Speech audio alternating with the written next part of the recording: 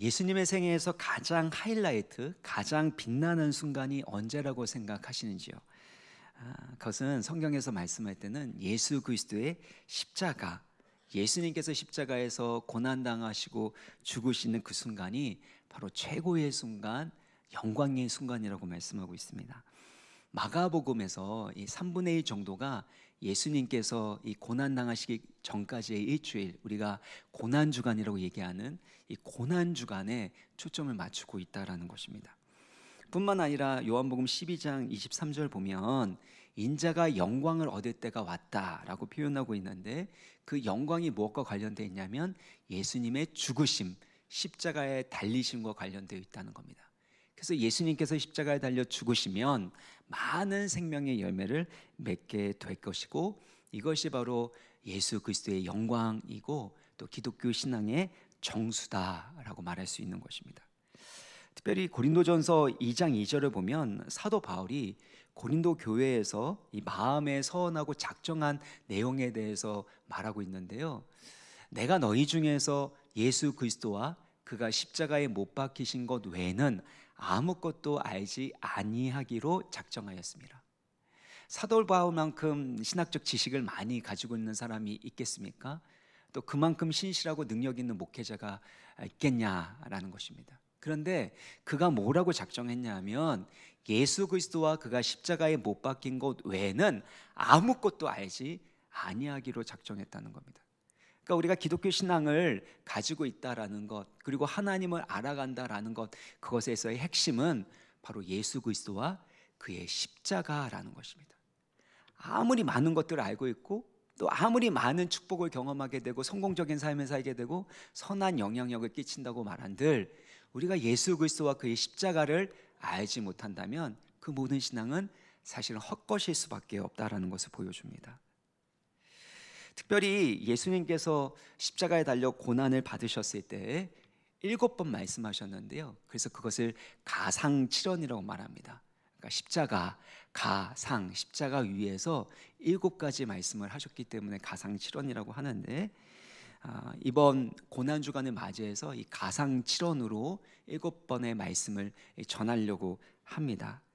기독교 신앙의 가장 뛰어나고 핵심이 되는 바로 십자가의 복음을 우리 모두가 깨닫고 그 말씀 붙들고 기도하게 될 때 하늘 문이 열리게 되는 기적의 역사가 일어나길 주의 이름으로 축원합니다. 특별히 예수님께서 첫 번째로 하셨던 말씀이 오늘 본문에 등장하고 있는데요, 성경에서 첫 번째라는 것은 참 중요합니다. 왜냐하면 첫 번째는 대표성을 뜻하기 때문입니다. 그리고 예수님께서 그동안 무엇을 위해서 사셨는지가 잘 드러나는 것이 첫 번째 말씀이기도 합니다. 그 말씀이 무엇인가 살펴보면요, 34절인데요, 우리 같이 한번 34절을 읽어보겠습니다. 이에 예수께서 이르시되 아버지 저들을 사하여 주옵소서, 자기들이 하는 것을 알지 못함이니이다 하시더라. 십자가는 사실 당시에 가장 극심한 고통과 수치심을 주는 사형 제도였습니다. 그래서 너무나도 잔인하고 고통스러운 죽음이었기 때문에 로마 시민권을 가지고 있는 사람은 아무리 나쁜 죄악을 저질러도 십자가 처형은 당하지 않게 되어 있었습니다. 그래서 이 신학자들이 연구해 보니까 십자가에 달린 이 죄수들이 죽어가게 될 때 너무나도 극심한 고통을 느끼게 되니까 비명을 크게 지르고 또 더러운 욕설을 하고 침을 뱉기도 하고 온갖 저주의 말을 했다라는 것입니다. 그런데 예수님은 십자가상에서 처음으로 하신 말씀이 무엇이죠? 아버지 저들을 사하여 주옵소서. 아버지의 하나님을 부르며 기도하고 계시는 것입니다. 사랑하는 여러분, 이 고난에 대한 여러 가지 비유가 있는데 그 중에 하나가 뭐냐 하면, 고난이라는 것은 뜨거운 물에 티백을 넣는 것을 이렇게 비유를 할 수 있습니다. 자막이 딱 나오면 좋은데요, 티백, 그러니까 뜨거운 물에 티백을 넣으면 어떻게 되죠? 둥글레차 티백을 넣게 되면 둥글레차가 우러나오게 되고, 또 녹차 티백을 넣게 되면 녹차가 우러나오게 되는 것처럼, 우리가 어떤 성품을 가지고 있는지, 내가 무엇을 가장 중요하게 생각했는지가 언제 드러나게 되냐면 고난 가운데 드러나게 되어 있다라는 겁니다. 그 사람이 어떤 성품을 가지고 있는지 그동안에는 몰랐는데 이 고난을 당해 보니까, 고통이 오니까 이 먹고 사는 문제에 달려 있으니까 그 사람의 본 모습이 드러날 수 있는 것이고요. 또 우리가 고난, 고통이라고 느끼는 건 가치 있는 것, 소중한 것에 대해서 우리는 고통과 고난을 느낍니다. 별로 가치가 없는 것을 잃어버렸을 때는 그것이 그렇게 큰 아픔이나 슬픔이 되지 않는 것입니다. 근데 예수님께서는 가장 극심한 고통 가운데서 성부 하나님을 부르며 기도하셨다라는 것입니다. 그리고 인생의 마지막 임종의 순간에 사실 무엇을 찾느냐, 누구를 부르느냐, 이거는 그 사람이 얼마만큼 그것을 소중하게 여기고 그 사람을 사랑했는가를 보여주는 거 아니겠습니까? 근데 예수님께서 그 십자가상에서 처음으로 하신 말씀은 아버지, 저들의 죄를 사하여 주옵소서라는 기도였다라는 것입니다. 예수님께서 하나님을 아버지라고 부르는 이 장면이 복음서에만 170번이 나옵니다. 그냥 하나님으로 부르지 않고 아빠, 아버지로 부르고 계십니다. 겟세마네 동산에서 눈물과 통곡으로 기도할 때도 아빠, 아버지요 할 수만 있거든 이 잔을 내게서 옮겨달라고 기도하셨고, 예수님의 공생애의 처음 시작도 기도였고, 또 중간도 그렇고 마지막도 그렇고 모든 것이 아버지를 향한 기도로 가득 차 있는 것을 볼 수가 있습니다. 사랑하는 여러분, 우리 인생에서 기도는 어떤 의미입니까? 때로는 힘들고 어려운 상황 가운데서 내가 할 수 있는 것이 아무것도 할 수 없다는 상황에서도 우리가 할 수 있는 것 한 가지가 있는데, 그것은 하나님을 아버지라고 부르짖고 기도할 수 있는 것입니다. 로마서 8장 15절을 보면 같이 한번 읽겠습니다. 로마서 8장 15절 시작. 너희는 다시 무서워하는 종의 영을 받지 아니하고 양자의 영을 받았으므로 우리가 아빠 아버지라 부르짖느니라. 예수 그리스도를 믿음으로 말미암아 우리가 하나님을 어떻게 부른다고요? 아빠 아버지라고 부릅니다. 그냥 아버지가 아니라 아빠입니다. 이거는 아람어로 아빠, 우리나라와 같은 셈족 언어이기 때문에 그 아빠의 의미입니다. 아주 친밀한 그런 관계성을 의미하고 있습니다. 근데 우리가 하나님을 아빠, 아버지라고 부를 수 있는 이유가 무엇이래요? 예수 그리스도를 믿을 때 우리가 양자의 영을 받았기 때문입니다. 이 양자의 영은 성령을 의미하는데, 성령께서 우리로 하여금 하나님을 아빠, 아버지라고 부르게 하신다는 겁니다. 그래서 저는요, 기도할 때 하나님, 하나님 이렇게 기도하시는 분들이 있거든요. 근데 그 표현을 저는 별로 좋아하지 않습니다. 왜냐하면 하나님이 그냥 멀리 계시는 3인칭의 그냥 하나님, 높으신 하나님이 아니라 그 높으신 전지전능하신 하나님이 나의 아버지라는 것은 전혀 다른 것이기 때문이에요. 그냥 능력을 베풀어 주시고 기도에 응답해 주시는 멀리 계시는 절대자가 아니라 그 절대자가 나의 아버지가 되신다라는 것, 아빠라고 부를 수 있는 것, 아버지라고 부를 수 있는 것, 저는 이거보다 더 큰 특권은 없다라고 생각을 합니다. 특별히 우리가 고난 가운데 있을 때, 고통 가운데 있을 때 아빠라고 부를 수 있고, 때로는 기뻐하는 일, 너무나도 좋은 일이 있을 때 그때 아빠라고 부를 수 있는 것, 얼마나 감격스럽습니까? 여러분, 자녀를 키우다 보면은요, 어렸을 때 애들이 이렇게 넘어지잖아요. 그리고 자기가 뭐 안 좋은 일이 있으면 뭐 어린 아이가 어떻게 됩니까? 넘어지면 울 때 아빠부터 엄마죠, 그렇죠? 엄마, 아빠. 근데 저희 셋째는 늦둥이가 이제 낳지 않습니까? 이 첫째하고 13살 차이 나고 뭐 이렇게 됐는데, 근데 얘가 아빠 그러더라고요. 엄마를 하기 전에 아빠 이러더라고요. 알고 보니까 아파였는지 아니면 한 번 하고 나서 그랬는지 모르겠는데, 아빠라고 부를 수 있는, 엄마라고 부르는 건 왜 그렇게 합니까?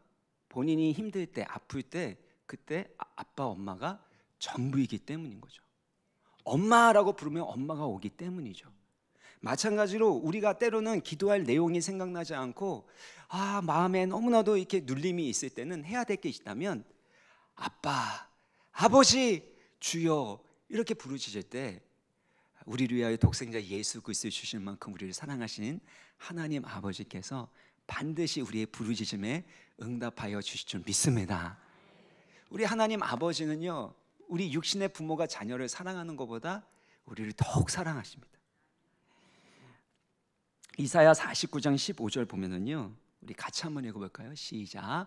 여인이 어찌 그 젖먹는 자식을 잊겠으며 자기 태에서 난 아들을 긍휼히 여기지 아니하겠느냐. 그들은 혹시 잊을지라도 나는 너를 잊지 아니할 것이라. 내가 너를 내 손바닥에 새겼고. 아이를 낳고 젖을 먹이는 그 아이를 엄마가 어떻게 잊을 수 있겠습니까? 엄마들은 다 알죠. 태에서 난 아들을 어떻게 긍휼히 여기지 않을 수 있겠냐는 겁니다. 근데 혹시나 잊어버릴지라도 우리 하나님 아버지는 잊지 아니하시고 바로 하나님 아버지의 손바닥에 바로 우리의 이름을 새기셨다라는 것입니다. 그만큼 여러분을 사랑하시는 하나님 아버지의 사랑을 믿으시고 어떤 상황에 있든지 하나님을 아빠, 아버지라고 부르짖는 기도의 사람 되시기를 간절히 소망합니다. 그런가 하면 예수님께서 하셨던 기도의 내용이 중요합니다. 34절을 다시 보시면 아버지여 저들을 사하여 주옵소서 자기들이 하는 것을 알지 못함이니이다. 어떤 기도입니까? 용서의 기도입니다. 예수님이 처한 상황을 한번 생각해 보세요. 다른 죄수들은 자신이 지은 그 죄 때문에 형벌을 받는 것입니다. 그러나 예수님은 아무런 죄가 없으셨습니다. 로마 총독 빌라도가 3번이나 예수님에게서 죄를 찾아볼 수가 없다라고 얘기를 했었음에도 불구하고 유대인들은 예수님을 시기 질투했고 그리고 성전 모독죄 또 신성 모독이라는 그 죄를 덮어 씌워서 결국엔 십자가에 못 박았습니다. 얼마나 부당하고 억울한 일입니까? 그럼 부조리하고 악한 일을 당했으면 하나님 이 억울하고 부당한 일을 내가 당하고 있는데 하나님 뭐 하고 계십니까? 이렇게 얘기해야 되는데 자신의 고통에 대해서 말씀하지 않으십니다. 심지어 자신의 이런 고통으로부터 건져달라고 그 건져달라는 고통의 기도도 하지 않으십니다. 예수님이 하셨던 기도는 저들의 죄를 사하여 주옵소서 그들이 하는 것을 알지 못한다는 용서의 기도였습니다. 왜 이렇게 기도를 하셨을까? 2가지 의미가 있는데요. 첫 번째는 예수님께서 산상수훈에서 이렇게 말씀하셨습니다. 마태복음 5장 44절인데요. 나는 너희에게 이르노니 누구를 사랑하래요? 원수를 어떻게 사랑합니까? 근데 원수를 사랑하고 또 누구를 위해서 기도하래요? 박해하는 자를 위하여 기도하라는 겁니다.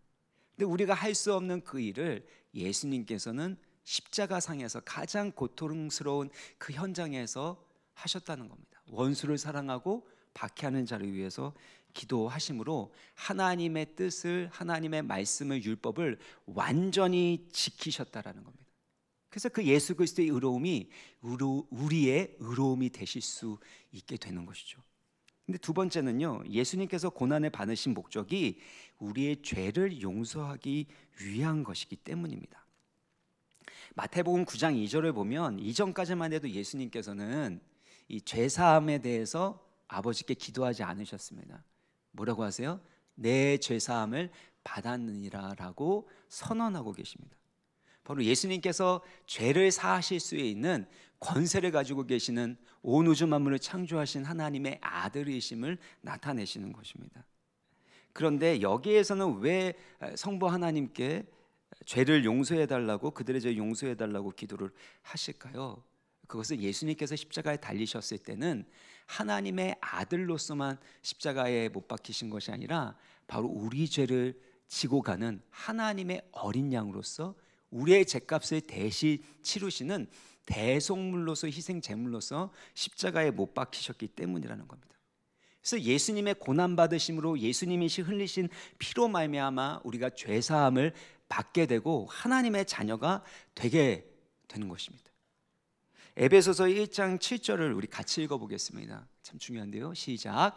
우리는 그리스도 안에서 그의 은혜의 풍성함을 따라 그의 피로 말미암아 속량 곧 죄사함을 받았느니라.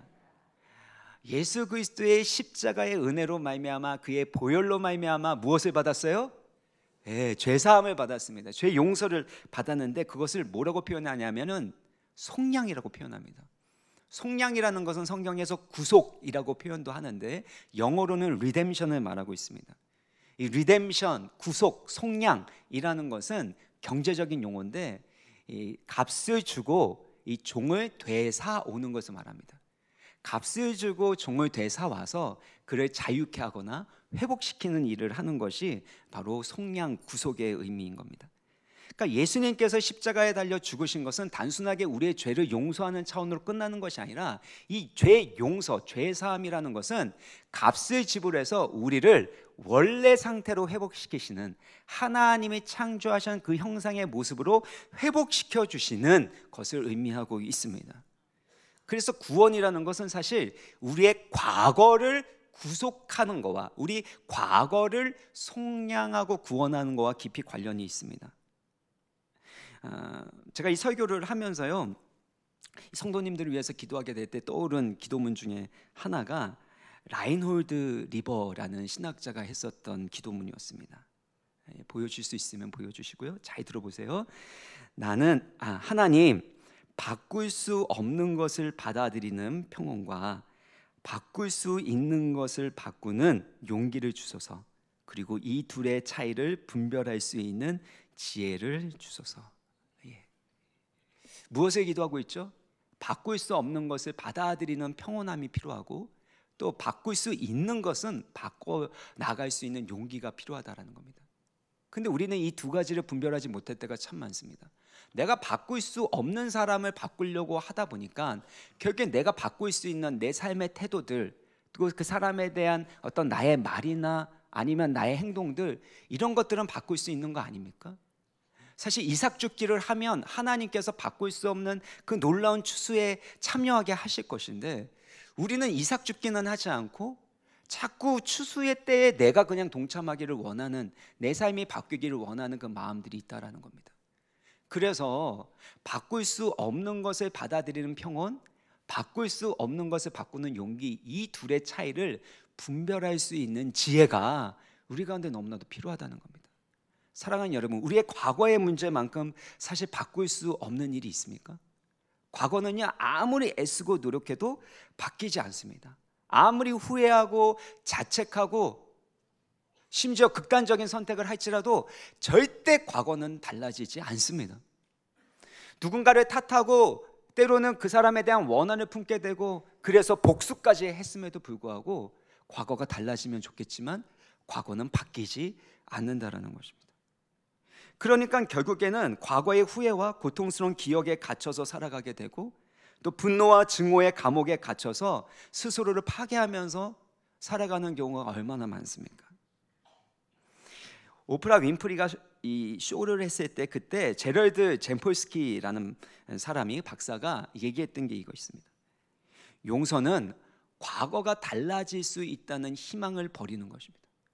과거는 안 바뀌는 거예요. 근데 자꾸 과거를 바꾸려고 노력하고 애쓰는 것 가운데 더 큰 상처가 일어나게 되고, 누군가에게 더 큰 피해와 고통을 주게 되는 이들, 내 자신에게도 마찬가지로 그런 이들이 일어나게 된다는 겁니다. 용서라는 건 뭐냐면요, 과거가 바뀌지 않는다라는 것을 받아들이는 것을 의미한다라는 겁니다. 그럼 어떻게 해야 될까요?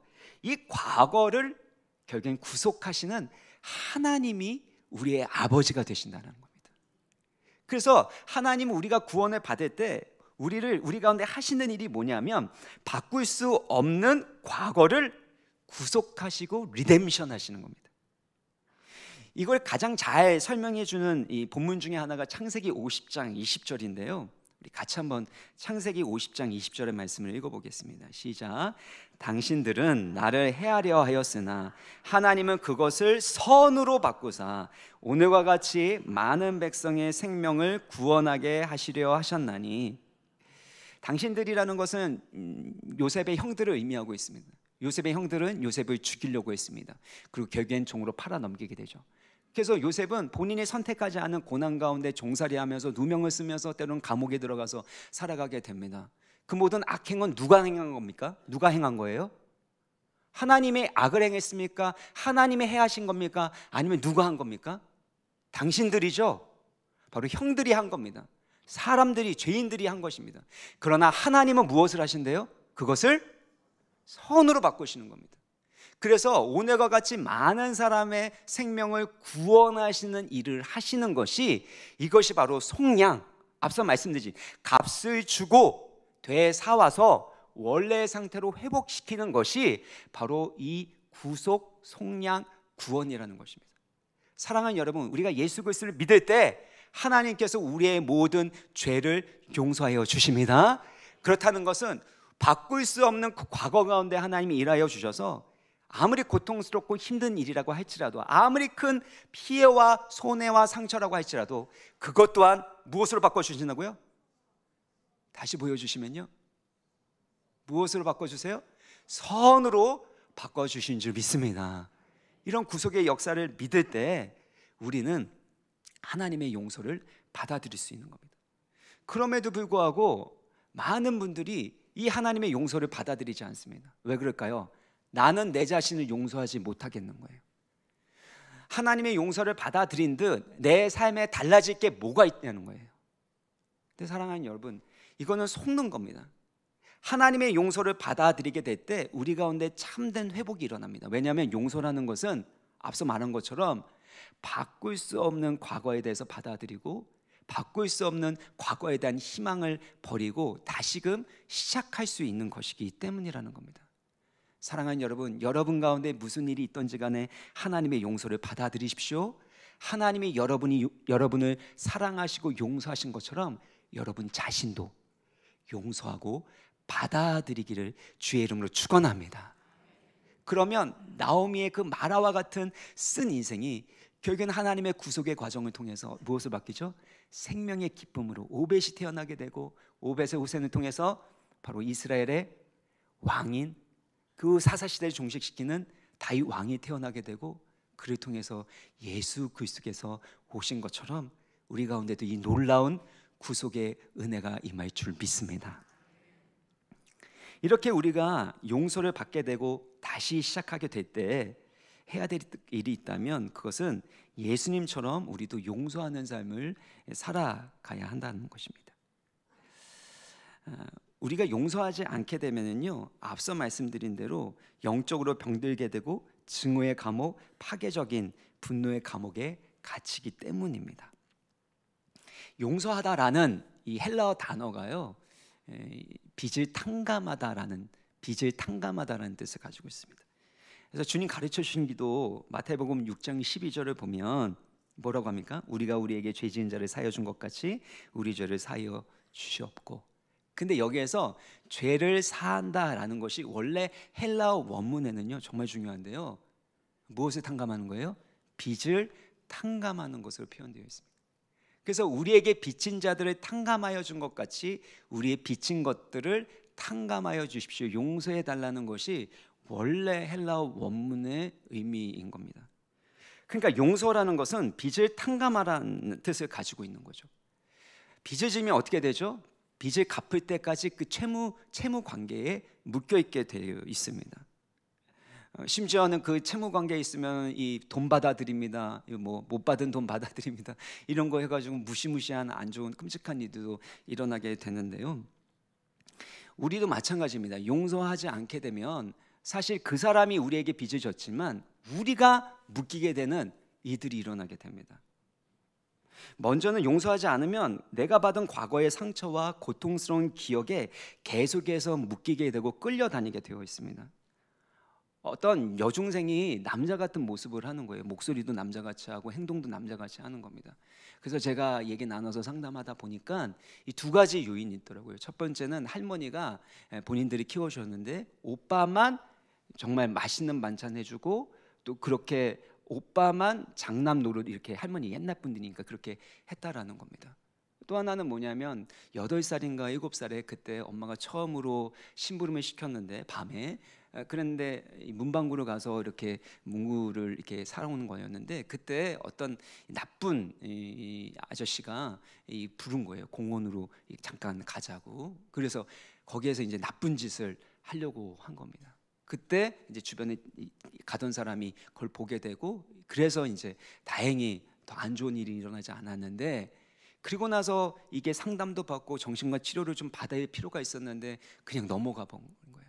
내가 여자니까 할머니한테 이런 대접을 받았고, 내가 여자니까 이렇게 나쁜 일을 당하게 됐구나라고 생각하다 보니까 이 부분이 해결되지 않으니까 본인은 자신의 여성의 정체성을 원하지 않게 되고 남자와 같은 행동을 하게 된 것이죠. 본인 안에 있는 상처가 해결되지 않고 용서하지 않게 됐을 때 이처럼 묶이게 됩니다. 우리가 부모님에 대해서 받은 사랑도 많지만 사실 본받고 싶지 않은 부분도 있죠. 어느 형제는 아버지가 무책임한 모습들, 특별히 그렇게 분노하는 모습이 싫었다고 합니다. 그래서 내가 성장하면 우리 어머니 지켜줘야지, 이 경제적인 내가 책임져야지 해서 경제적으로는 책임지는 사람이 되려고 많이 애썼음에도 불구하고 분노의 문제는 다스리지 못합니다. 그리고 무책임한 사람만 보면은요, 한 50만 화를 내도 되는데 100, 150까지 화가 날 정도로 이 어떻게 할 수 없는 감정의 분노를 느끼게 됩니다. 무엇 때문일까요? 아버지를 용서하지 않는 그 상처에 묶여 있기 때문입니다. 우리가 누군가에 대해서 싫은 부분이 있는데 닮아가는 거 있죠. 엄마가 그때 그 얘기했는데, 아빠가 그 얘기했는데 어느 순간에 보면은 나도 똑같이 말하고 있고. 아닙니다. 네. 예. 근데 그것도요, 우리가 그냥 덮어놓고 넘어갔기 때문입니다. 여러분, 용서라는 것은요, 분명히 잘못한 것이 있을 때 용서하는 거예요. 그래서 덮어놓고 용서하는 것은 없습니다. 사랑하기 때문에 그 사람의 잘못한 부분들, 아무리 그 사람이 사랑으로 한다고 하지만 우리가 부모지만 어떻게 완벽합니까? 실수하고 잘못하는 거 없습니까? 다 있지 않습니까? 그러니까 그 잘못한 부분이 있다면 사랑은 사랑이고 감사한 건 감사하지만 그 부분에 대해서 상처받은 부분이 있다면 사랑하기 때문에 용서해야 되는 거예요. 십자가의 사랑이 무엇입니까? 우리의 죄를 용서하기 위한 거 아닙니까? 그러니까 사랑이라는 건 반드시 용서라는 것이 있어야 한다는 것입니다. 뿐만 아니라 용서하지 않으면 관계적으로도 묶입니다. 여러분, 이 사람들을 보게 될 때요, 주는 거 없이 미운 사람 있죠. 교회 와서 딱 왔는데 저를 보면서 갑자기 주는 거 없이 미워지지 않기를 간절히 바랍니다. 네. 근데 왜 그러냐면요, 과거에 비슷한 관계가 있거나 비슷한 모습이 있거나 그런 부분들이 있기 때문에 관계적으로 묶이는 거예요. 그리고 그 사람에게 상처를 받으면요, 내 몸이 그냥 가만히 있지를 않습니다. 그 사람이 저기 멀리서 있는데도 어떻게 그렇게 잘 보이는지 몰라. 그리고 나도 모르게 몸이 뒤가 탁 돌아가게 되고, 근데 그 사람은 내가 뒤 돈 거 사실 봤거든요. 그러니까 이것도 사실 관계적으로 묶이게 되는 겁니다. 뿐만 아니라 영적으로도 묶입니다. 하나님 아버지의 그 관계 가운데서 우리가 용서하지 않으면은요, 결국에는 주기도문의 그 말씀처럼 영적으로도 묶이게 되고 우리가 기도 응답 받는 부분에 있어서도 한계가 있을 수밖에 없는 것입니다. 그래서 하나님은 우리 가운데 자유함을 주시기 위해서, 참된 치유를 경험하도록 하기 위해서 용서하라고 말씀하시는 거예요. 용서한다는 것은 나를 묶고 있는 결박이 풀어지는 것이고 자유케 되는 것이기 때문입니다. 그러면 어떻게 용서할 수 있을까요? 오늘은 로마서 12장 19절 20절 말씀을 주로 볼 텐데요, 먼저 19절 말씀을 우리 같이 읽어보겠습니다. 시작. 내 사랑하는 자들아, 너희가 친히 원수를 갚지 말고 하나님의 진노하심에 맡기라. 기록되었으되 원수 갚는 것이 내게 있으니 내가 갚으리라고 주께서 말씀하시니라. 여기서 첫 번째, 성경에서 여러분을 뭐라고 부르고 계십니까? 내 사랑하는 자들아. 우리는 하나님의 놀라운 사랑과 용서를 받은 하나님의 자녀인 줄 믿습니다. 우리가 용서를 받았기 때문에, 우리가 사랑을 받았기 때문에 우리도 줄 수 있는 것입니다.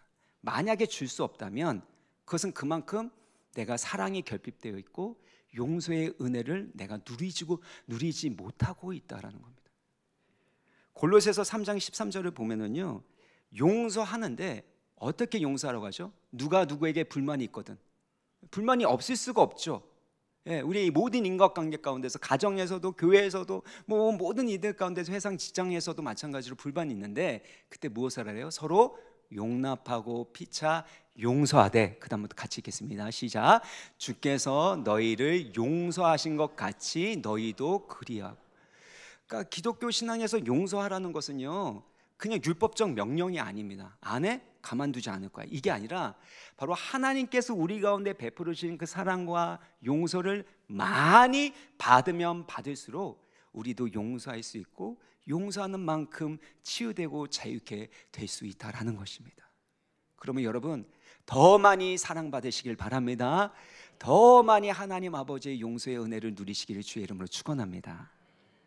두 번째는요, 여기 보면 하지 말아야 될 걸, 19절입니다. 하지 말아야 될 것과 해야 될 것이 있는데요, 무엇을 하지 말래요?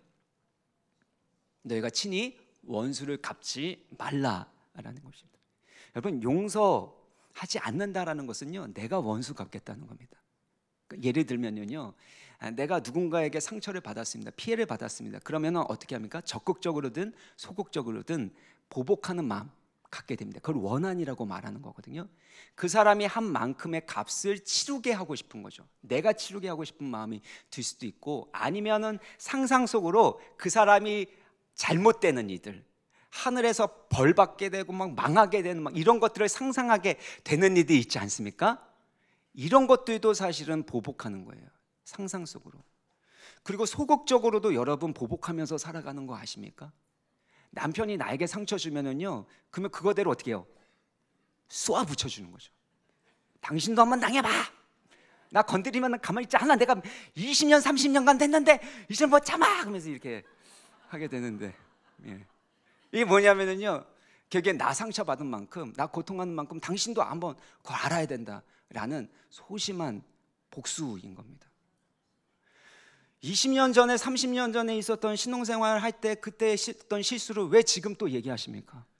그건 하시면 안 되는 겁니다. 근데 나오는 걸 어떡합니까? 왜요? 용서가 안 됐어요. 그냥 덮어놓고 같이는 살아요. 아이고 이러면서 같이 사는데 용서가 안 되니까 자꾸 나오는 거예요. 특별히 그 남편으로서 아내로서 해야 될 역할을 하지 않는 것도 여러분 보복인 거 아십니까? 이 부모가 너무 실망하면요, 내가 이렇게 했어줬는데 노력했는데 너 하는 게 뭐냐? 그러면서 네 인생 네 마음대로 살아. 부모로서의 역할을 안 하겠다라는 아주 소심한 복수인 겁니다. 인정하십니까? 넘어가겠습니다.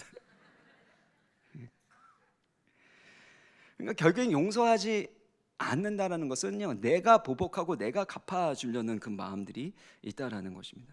그러면 내가 원수를 갚지 말고 어떻게 하라는 거예요? 19절을 보면요, 누구에게 맡기라? 하나님께 맡기라는 겁니다. 기록되었을 때 원수 갚는 것이 누구에게 있으니까? 하나님께 있으니까. 누가 갚으십니까? 하나님이 갚아주시는 겁니다. 그래서 용서라는 것은요, 그냥 덮어놓고 넘어가는 것이 아닙니다. 하나님은 공의로우신 분이에요. 정의로운 분이세요. 그래서 우리 죄를 용서하실 때도 어떤 값을 치르셨어요?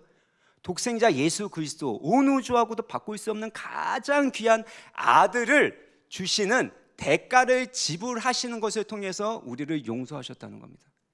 그래서 우리가 당하는 일들에 대해서, 피해에 대해서, 상처에 대해서 하나님은 그냥 가만히 있지 않습니다. 반드시 하나님이 갚아주십니다. 근데 선하신 분이시기 때문에 우리 가운데 가장 좋은 것으로 갚아주시는 겁니다. 근데 만약에 하나님께 맡겨드리지 않으면 어떻게 됩니까? 우리의 마음 가운데 고통과 아픔이 더 심해지는 거예요.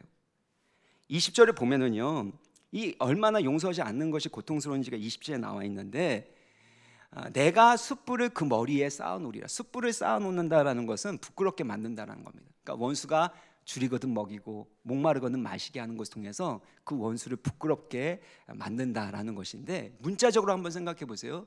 숯불을 용서한다는 건 숯불을 하나님께 맡기는 거죠. 근데 맡기지 않고 그 숯불을 내 마음 가운데, 내 가슴 가운데 품고 있는 겁니다.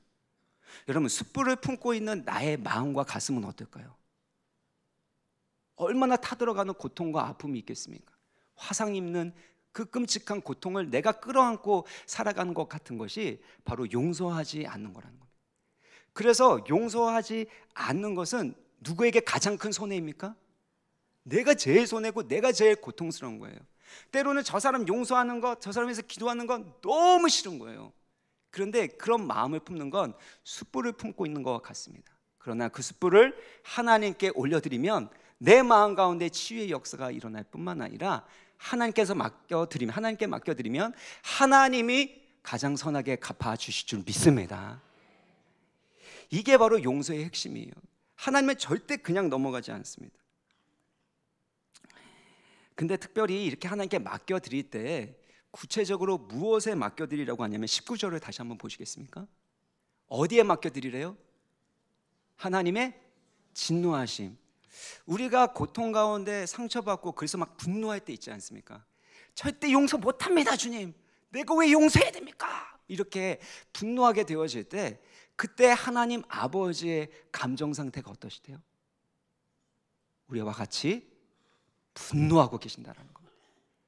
사랑하는 여러분, 하나님께서 여러분 가운데 용서하라고 함에도 불구하고 나는 용서 못합니다 라고 절교하고 분노할 때 있습니다. 근데 그때 하나님 아버지께서 함께 분노하고 계심을 믿으시길 바랍니다. 하나님이 반드시 갚아주실 거예요. 하나님의 그 진노하심에 나의 분노를 맡겨드려야 돼요. 그래야지만 내가 이 숯불을 끌어안고 살아가는, 내가 이 고통 가운데 살아가는 것들로부터 치유받을 수 있고 자유케 될 수 있는 겁니다. 여러분, 사랑하는 사람과의 관계도 마찬가지입니다. 용서한다는 건 하나님의 선하신 손길에 맡겨드린다는 거예요. 때로는 우리 가운데 막 분노가 치밀어 오르지 않습니까? 가족에게도. 그거를 자녀에게 쏟아놓으면 안 되잖아요. 그래서 하나님의 진노와 분노와 그 선하심에 맡겨드리는 거예요. 사랑하는 가족들. 그러면 하나님께서 그걸 받으시고 가장 좋은 걸로, 가장 선한 것으로 갚아주시는 것입니다. 한번 생각해 보세요. 자녀들이 서로 싸웠어요. 첫째가 둘째를 힘으로 눌러버렸어요. 그리고 나쁜 짓을 했어요. 그러면 첫째 어떻게 됩니까? 가만두면 안 되죠. 그렇다고 죽이면 안 되지 않습니까? 예.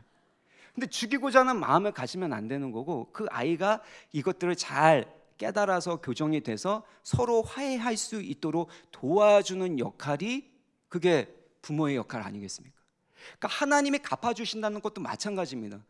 하나님의 진노하심에 맡기게 되면 우리가 분노하고 우리가 진노할 게 아니라 하나님이 해주시니까 우리는 끝까지 인내하고 사랑하고 용납할 수 있는 줄 믿습니다. 그래서 하나님께 맡겨드리세요. 쿨하게 그냥 덮어놓고 넘어갔다가 안 쿨하게 그렇게 하게 되는 모습들이 우리 가운데 있기 때문이죠. 그렇게 하나님께 맡기면 하나님이 반드시 우리에게 가장 선한 것으로 갚아주심을 믿으시기를 바랍니다. 그래서 하나님의 사랑은요, 우리와 함께 분노하시고 아파하시는 사랑입니다. 욥기도 보면요 마찬가지입니다. 욥기 42장 7절을 보면요, 욥이 까닭 없는 고난을 당할 때 이 욥의 친구들이 계속 와가지고 정죄하고 그 막 괴롭히고 그렇게 하지 않습니까? 하나님은 가만히 계시는 것 같은데 마지막 나타나셔서 하시는 말씀이 뭐예요? 그들에게 말하는 게, 이는 너희가 나를 가리켜 말한 것이 내 욥의 말과 같지 않는다. 그래서 어떻게 돼요? 내가 너와 내 두 친구에게 무엇을 한대요? 분노한다라는 것입니다. 그러니까 하나님은 그 모든 부분에 대해서 정의와 사랑으로 선하게 갚아주시는데, 그 다음 절 보면요, 욥이 바로 그들을 위하여 기도하게 되어졌을 때 어떻게 해요? 그들이 행한 우매한 만큼은 갚지 않게 되는 것입니다. 사랑하는 여러분, 우리 인생 가운데 때로는 너무나도 고통스럽고 힘든 일들이 있을 때마다 그 모든 것들을 하나님께 다 맡겨드리시길 바랍니다. 예수님께서 우리를 용납하시고 용서하신 것처럼, 하나님께서 용서하신 것처럼 우리도 용서하게 될 때 하나님 반드시 속량의 은혜, 선으로 바꿔주시는 구원의 은혜를 놀랍게 베풀어 주실 줄 믿으시기를 바랍니다. 우리가 이렇게 용서하는 그 과정 가운데요, 하나님의 놀라운 은혜를 경험하게 됩니다.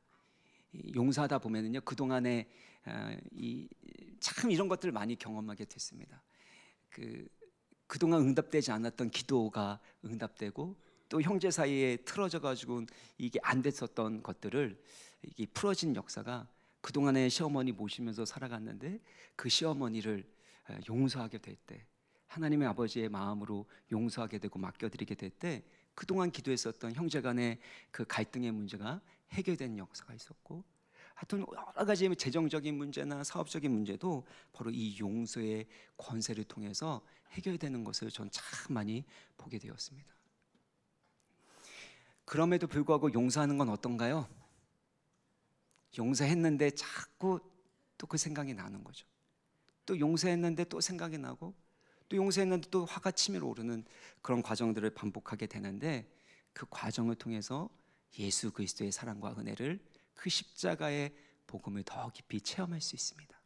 뿐만 아니라 용서한다는 건 뭐라 그랬죠? 하나님께 맡기는 거죠. 또 용서한다는 건 또 맡기는 거죠. 또 용서한다는 건 또 맡기는 거죠. 그래서 용서라는 것은 사건이 아닙니다. 이벤트가 아니라 라이프 스타일입니다.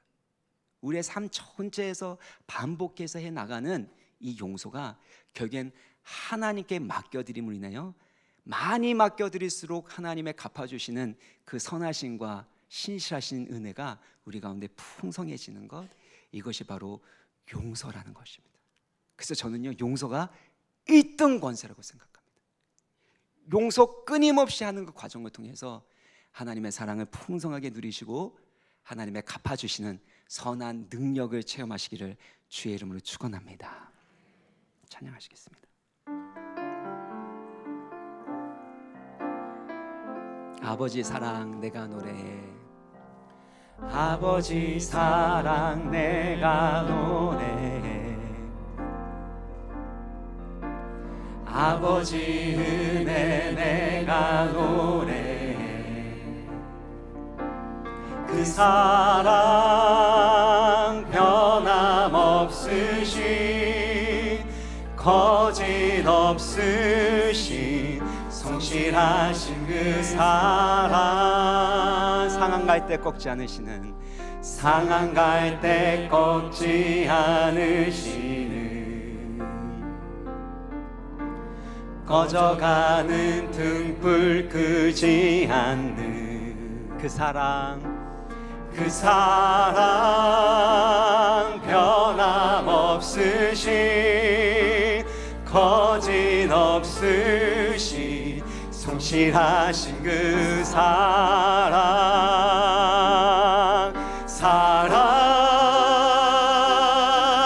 그 사랑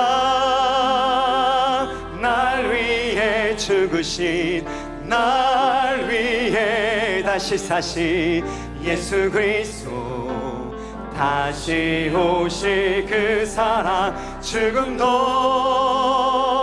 생명도 천사도 하늘의 어떤 권세도 끊을 수 없는 영원한 그 사랑, 예수 그 사랑 날 위해, 그 사랑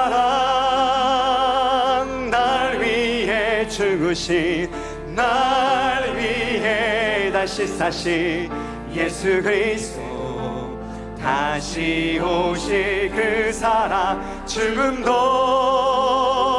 생명도 천사도 하늘의 어떤 권세도 끊을 수 없는 영원한, 우리 다시 한번 찬양합니다. 그 사랑 날 위해 죽으신, 날 위해 다시 사신 그 사랑,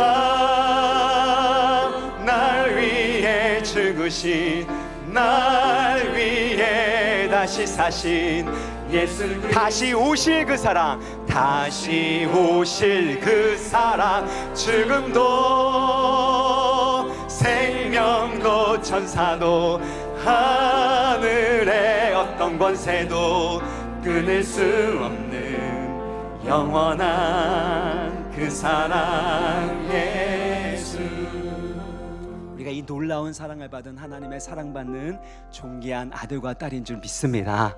우리 가운데 있는 고통들, 그 모든 것들을 하나님 아버지께 부르시며 쏟아놓는 이번 특세 되게 하여 주옵시고, 이번에 이렇게 쏟아놓는 기도를 통해서 놀라운 회복의 역사, 놀라운 구속과 구원의 역사가 일어나게 하여 주옵소서. 특별히 용서받고 그 용서로부터 바꿀 수 없는 과거로부터 벗어나게 하시고 치유받게 하여 주시고 자유케 되게 하여 주옵소서. 특별히 모든 것들을 하나님께 맡겨드릴 수 있는 하나님의 진노하심에, 하나님의 선한 손길에 맡겨드림으로 말미암아 놀라운 하나님의 치유와 갚아주시는 손길을 경험케 하여 주옵소서. 이 시간에 주여 한번 부르짖고 기도하겠습니다. 주여, 살아계신 아버지 하나님 감사합니다. 하나님 앞에 이 모든 것을 올려드립니다. 성령 하나님께서 친히 기름 부으시고 역사하여 주심에 따라 하나님의 사랑을 깨닫게 하여 주옵소서. 독생자 예수 그리스도를 주실 만큼 우리를 사랑하시고 우리를 용서하여 주신 그 십자가의 사랑과 은혜를 깨닫게 하여 주시고, 주님께서 우리를 용서하신 것처럼 우리도 용서하며 살아가게 하여 주옵소서. 지금도 마음 가운데 용서하지 못하는 분들이 있다면, 용서했다고 얘기하지만 계속해서 떠오르는 부분이 있다면 아버지 하나님께 올려드립니다. 하나님의 선하신 손길에 올려드립니다. 내가 갚으려고 하지 않게 하여 주옵소서. 내가 보복하려고 하지 않게 하여 주옵소서.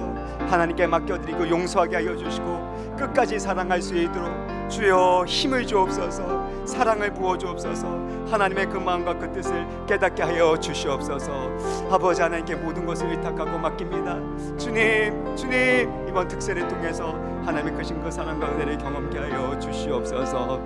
우리 다 같이 일어나셔서 그 사랑 우리 후렴하겠습니다. 그 사랑 날 위해 죽으신, 날 위해 다시 사신 예수 그리스도, 다시 오실 그 사랑, 죽음도 생명도 천사도 하늘의 어떤 권세도 끊을 수 없는 영원한 그 사랑. 우리 다시 한번 그 사랑, 날 위해 죽으신 그 사랑, 날 위해 죽으신, 날 위해 다시 사신 예수 그리스도, 할렐루야. 다시 오실 그 사랑, 죽음도 생명도 천사도 하늘의 어떤 권세도 끊을 수 없는 영원한 그 사랑. 모든 시선을 주님께 드립니다. 모든 시선을 주님께 드리고, 살아계신 하나님, 살아계신 하나님을 느낄 때 내 삶은 주의 역사가 되고, 하나님이 일하기, 모든 시선을 주님께, 모든 시선을 주님께 드리고, 살아계신 하나님을 느낀 내 삶은 주의 역사, 내 삶은 주의 역사가 되고, 하나님이 일하기 시작하네. 제가 마지막으로 이 찬양 후렴만 한번 더 할 때는요, 여러분 가운데 있는 모든 근심과 걱정들, 상처들 주 앞에 다 올려드리면서, 또 특세의 기도 제목도 올려드리고, 여러분이 용서해야 될 그분들, 끝까지 사랑해야 될 그분들, 하나님에게 갚으신 그 손길에 우리 다 올려드리면서 우리 이 찬양 마지막으로 한 번 더 하겠습니다. 모든 시선을 주님께 드리고, 살아계신 하나님, 살아계신 하나님을 느낀 내 삶은 주의, 내 삶은 주의 역사가, 믿고 찬양하시길 바랍니다. 하나님이 일하기, 모든 시선을 하나님께 드립니다. 모든 시선을 주님께 드리고, 살아계신 하나님을 느낄 때 내 삶은 역사가 되고,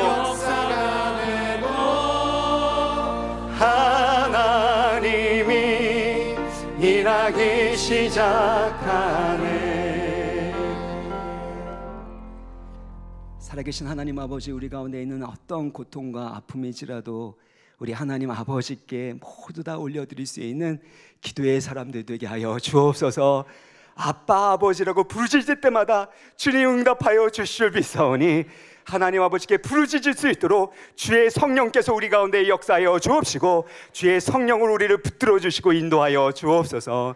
특별히 받고 있었는 과거에 매여 있지 않게 하여 주시고, 하나님의 용서를 받아들이게 하여 주시고, 모든 것을 선으로 바꿔주시는 하나님의 구속의 역사를 체험하고 나타낼 수 있는 하나님의 복음의 산 증인 되게 하여 주옵시고, 주님께서 우리를 용서하신 것처럼 끊임없이 용서하고 하나님께 맡겨드릴 때 하나님께서 가장 선한 것으로 갚아주시는, 나의 때에 갚아주시지 않는다면 나의 자녀에게 갚아주시고, 그것이 되지 않는다면 천국에서라도 갚아주시는 그 하나님의 선한 능력과 갚으심을 풍성하게 경험함으로 말미암아 우리의 용서를 통해서 놀라운 생명의 역사, 구원의 역사가 일어나게 하여 주옵소서. 주님께서 주시는 은혜 감사함으로 올려드리는 각양의 예물을 기쁘게 받아주시고 하나님의 영광을 위하여 더 드릴 수 있는 환경과 믿음의 복을 더하여 주옵소서. 예수 그리스도의 이름으로 기도합나이다. 아멘.